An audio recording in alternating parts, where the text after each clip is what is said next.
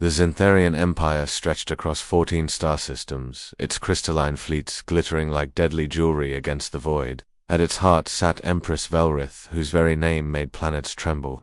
She ruled with calculated precision, her 4 eyes missing nothing, her scaled fingers signing death warrants as casually as trade agreements. But even empresses have disappointments. Princess Ava was that disappointment, where her sisters commanded battle cruisers and negotiated treaties. Ava preferred the palace gardens, where other Zintharian royals possessed natural telepathy strong enough to crush minds. Ava could barely sense surface thoughts. She was small for her species, her scales a dull copper instead of the imperial platinum, and worst of all she was kind. Useless, Velrith declared during a private council meeting, absolutely useless for politics, warfare, or administration. When the human delegation arrived seeking an alliance, Velrith saw her opportunity. Humans were primitives who had barely achieved faster-than-light travel. Their military was laughable, their technology crude, but they controlled a strategic system along the Void Route, and the Empire needed that access. The humans wanted a marriage alliance to cement the treaty. Velrith smiled with all 4 rows of teeth and offered them Ava. The human ambassador, a nervous man named Chen, seemed uncertain. The princess is acceptable to you. She is my gift to humanity, Velrith replied, which was technically not a lie. Ethan Rodriguez was equally confused when he learned he'd been selected as the human groom. He was a cargo hauler pilot, nobody important, chosen apparently because he'd been in the right place when the bureaucrats needed a volunteer. Or perhaps they'd drawn straws. He wasn't sure which would be worse. You want me to marry an alien princess, he said flatly. You'll be compensated handsomely, the official assured him, and it's for Earth's security. Ethan looked at the contract. That money would save his family's farm back in Mexico. He signed. The wedding was a cold affair. Ava stood rigid in ceremonial armor that seemed to swallow her slight frame. Ethan wore his dress uniform, trying not to stare at his bride's alien features.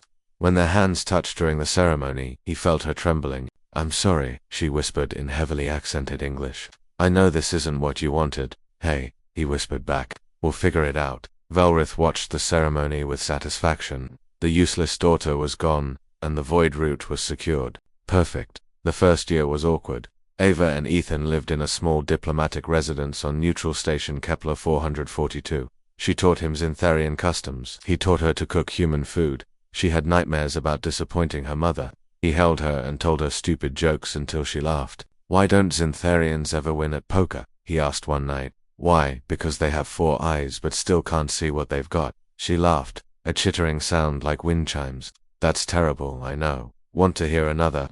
The second year, Ethan taught Ava to pilot his old cargo hauler. She had a natural gift for it, understanding the ship's rhythms instinctively. Together, they started a small freight business, running goods between human and Zintharian space. You're good at this, Ethan said, watching her navigate an asteroid field with casual grace. Mother would say it's beneath royal dignity, Ava replied. Good thing your mother's 14 systems away. The third year, tensions erupted along the Void Route. A rival species, the Kreth Dominion, launched a surprise attack on both human and Zintharian holdings. Velrith's fleets were scattered across the Empire. Earth's defenses were minimal. The Void Route became a DEATHTRAP.AV, studied the tactical displays with growing horror. The Kreth are using quantum torpedoes. They'll tear through both our fleets. There has to be something we can do, Ethan said. Ava's dull copper scales suddenly brightened. The hauler route, the one through the Kepler Nebula. That's not chartered for military vessels.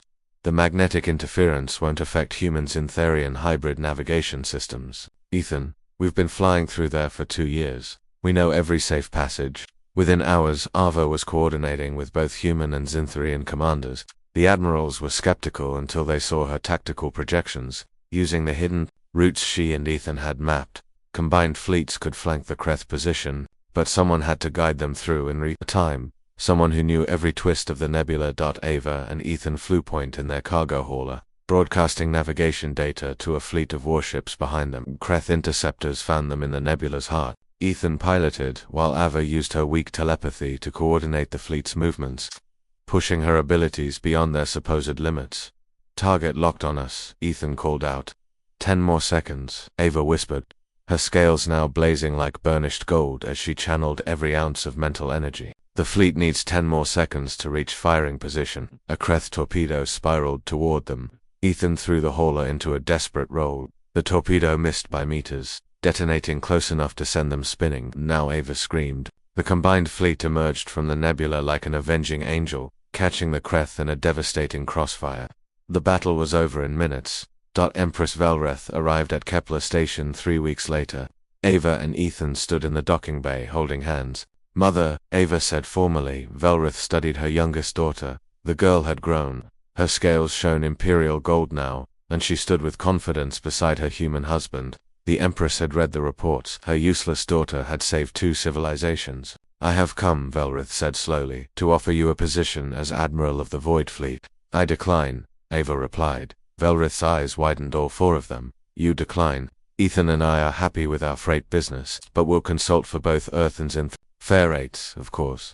Ethan squeezed Ava's hands supportively. Velreth looked at them both, her failure of a daughter, and the primitive human, and felt something she rarely experienced. Regret, not because Ava had refused the promotion, but because she'd thrown away something precious without recognizing its value. "Perhaps," the Empress said carefully, "I judged too quickly." Ava smiled. "Perhaps you did, Mother." As Velreth's ship departed, Ethan pulled Ava close. "You know she's going to keep trying to recruit you, right?" "Let her try," Ava laughed. "We've got cargo runs to make." Among the stars, the useless princess and the nobody pilot had found something neither empire valued enough: a partnership built on trust, love, and the understanding that worth isn't measured in telepathic power or military might, but in the courage to forge your own path.